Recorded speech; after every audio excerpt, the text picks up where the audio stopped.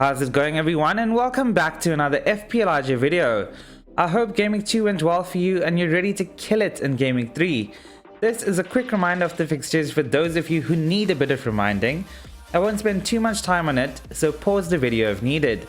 Yet again, we're going to spend far less time talking about the team selection, but focus more on captaincy as we have 4 genuine options this game week. So make sure you stick around for the in-depth discussion at the end of the video. So yeah, 68 points, and it's been a pretty decent start to the season. I think last year I was already around 20k or something crazy, but rank really isn't important at this phase of the season. Possibly around Game Week 8 we can start to look at overall rank, as the points will tend to spread out a bit more with a few wildcards in play. So yeah, in goal, I expected nothing more than 2 points from Ward, and the man delivered by getting a point for me. In the defense, I had some pretty controversial tweets where it sparked a few debates on Twitter. Firstly, Cancelo.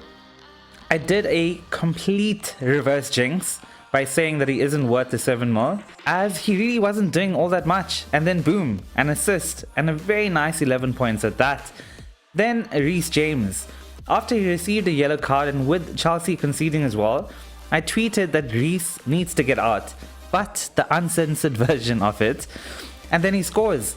So yeah, another reverse jinx, but I just could not get that type of luck when it came to my Liverpool double up in defense, and it hurts even more, especially because I'm a Liverpool supporter. Well, I actually didn't tweet anything that could be reverse jinxed about these two, so maybe I actually needed to do that. In the midfield, Martinelli continued in goal scoring form with yet another goal. My decision to bench Bailey and start Andreas Pereira based on a gut feel absolutely worked, as Bailey was benched and he came off the bench for a point.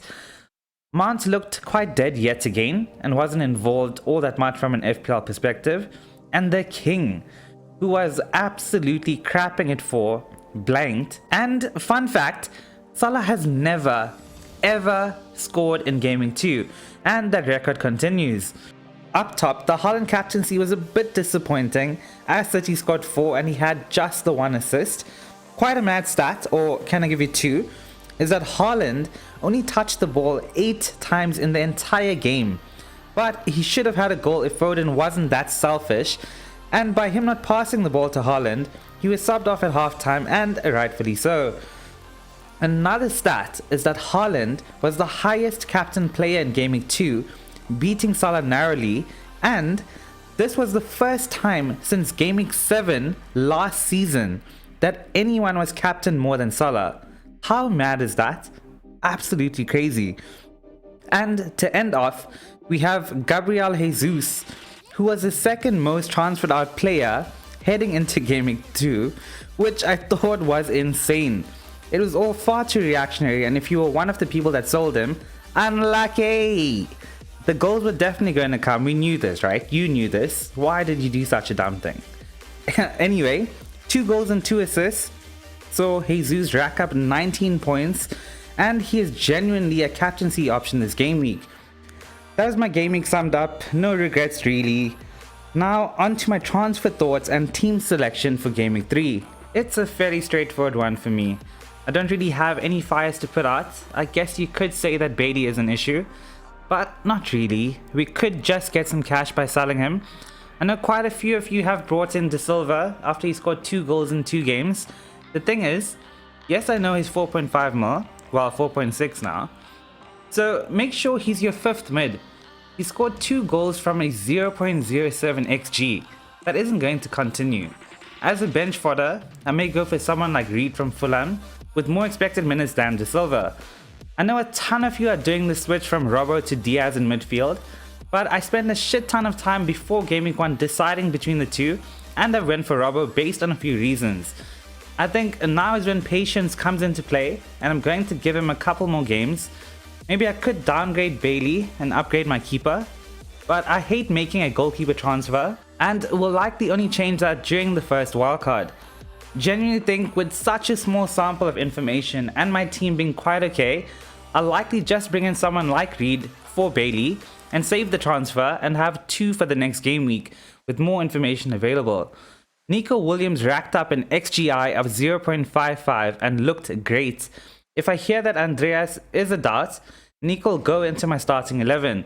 And with all that done, now let's have a quick chat about captaincy. Now, I did tell you guys that I will be going a bit more stats heavy this season, and that's exactly what this is.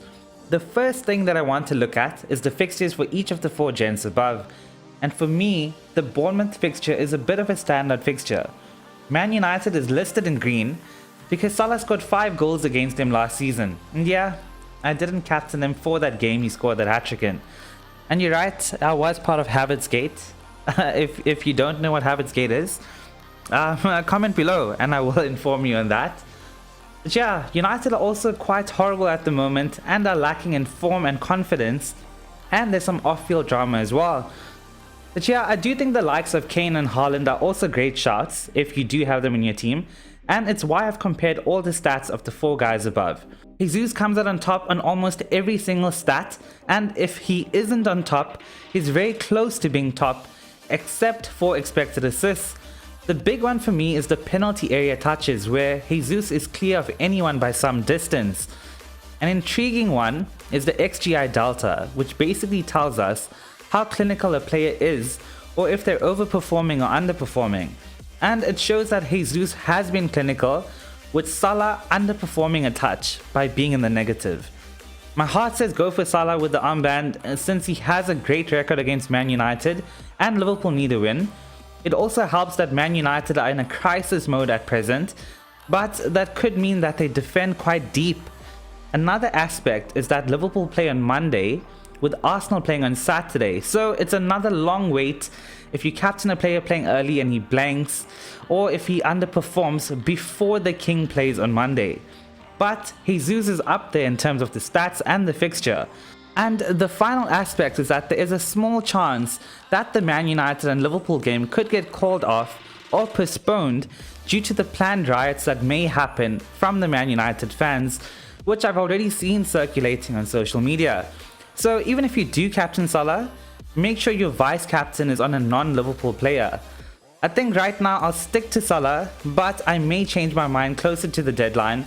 So make sure you're subscribed and have your notifications on, because the moment I do decide on my final team, transfers and captaincy, I will be posting it here on YouTube as well as on Twitter and Instagram. Don't forget to join the Tri-Smash FPL RJ Mini League, comment below with any questions that you may have, and make sure to leave a like if you enjoyed the video. Good luck, and remember to FPL responsibly.